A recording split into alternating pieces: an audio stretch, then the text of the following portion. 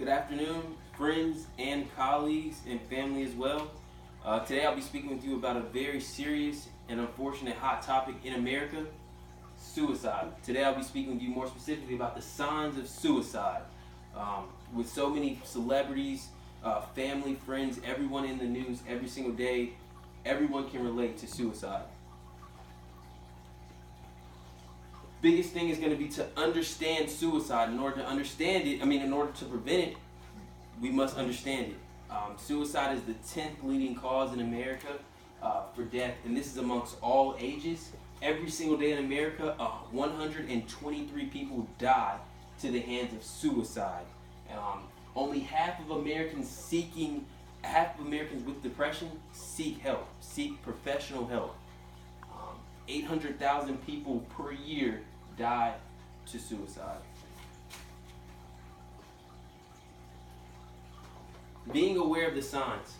Again, this attributes directly to preventing suicide. You must be able to have an eye for someone that is going through suicidal thoughts or suicidal behaviors.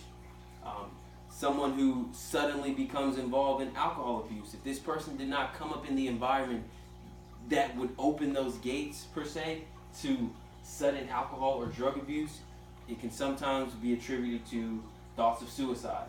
Loss in daily activities and drastic shift in personality. We'll get into this a little bit more as we go into the presentation. Let's break down the drug and alcohol abuse.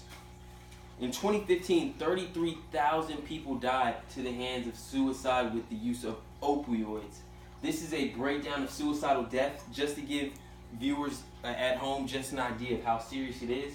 33% of suicide victims tested positive for alcohol. This is the number one common variable amongst people who have committed suicide, alcohol. Associated with that as well is antidepressants, your Lexapros, your escitalopram, any type of medication like that.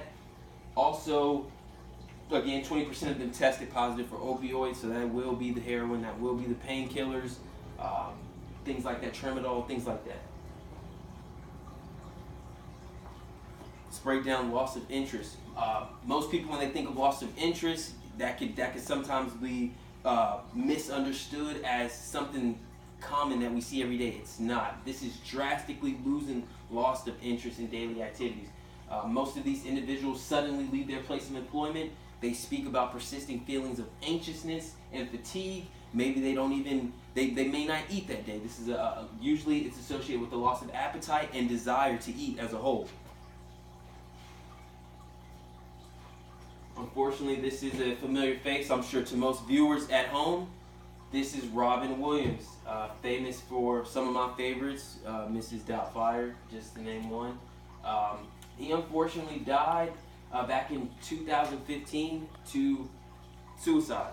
His friends and family later noticed some of the signs, but by that time that was too late. They saw that he was losing his interest in daily activities.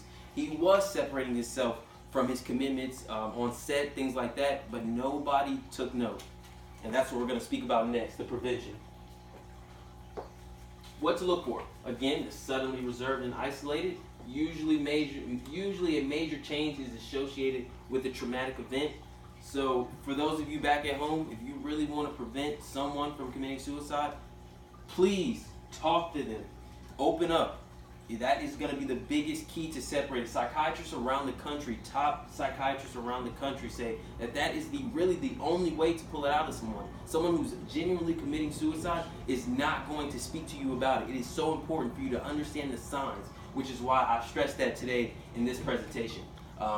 Sometimes resistance is going to come out through these suicide victims when you approach them, and that comes out with violent behavior sometimes, and also drugs as well.